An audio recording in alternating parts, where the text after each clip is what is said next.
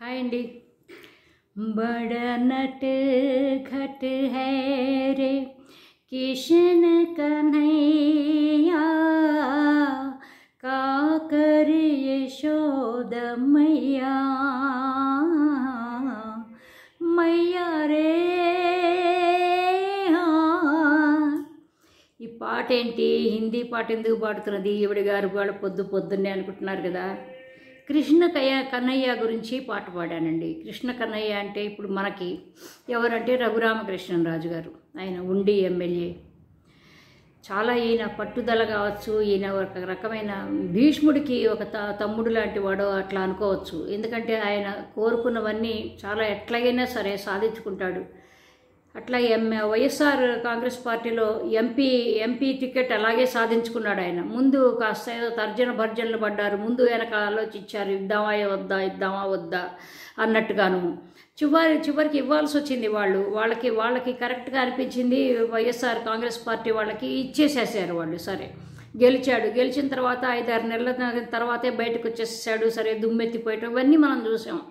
రచ్చబండ అంటే అసలు రచ్చబండ మనం వైఎస్ఆర్ గారు మొదలుపెట్టిన రచ్చబండని మర్చిపోయాము. ఇప్పుడు ఈయన పెట్టిన రచ్చబండని ఒక చిచ్చుబండగా చూసి మనం అందరం కూడాను ఆనందించాం ఆయన మాటలన్నీ కూడా. ఎందుకంటే ఆయన మాటలు చాలా చాలా చాకచక్యంగా మాట్లాడతాడు. వాక్చాతుర్యం చాలా బాగున్నది.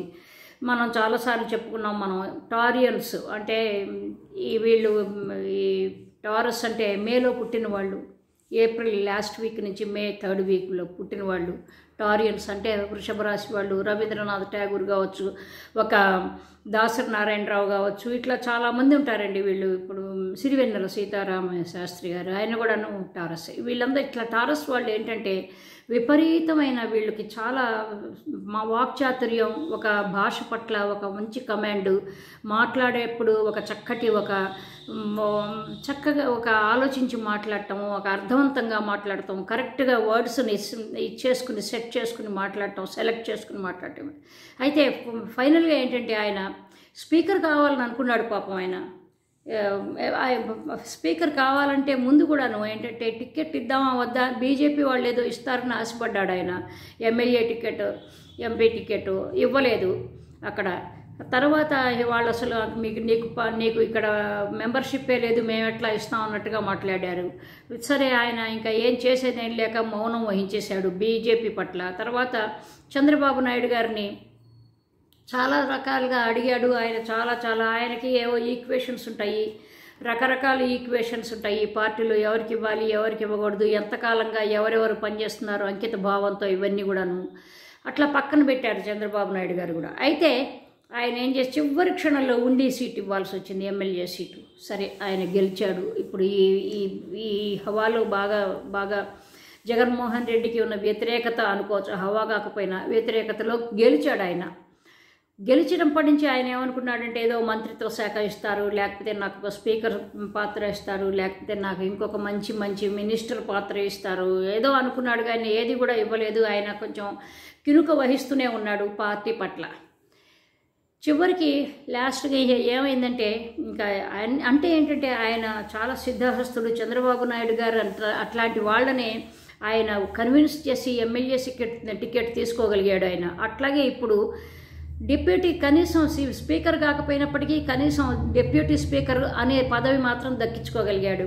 ఇది చాలా ఒక రకమైన ఆహ్వానించదగ్గ విషయం. ఎందుకు అంటే స్పీకర్ కాదు కదా, ఇప్పుడు ముఖ్యమంత్రి అవ్వాలి అనుకున్నాడు పవన్ కళ్యాణ్ అభిమానులందరూ కలిసి.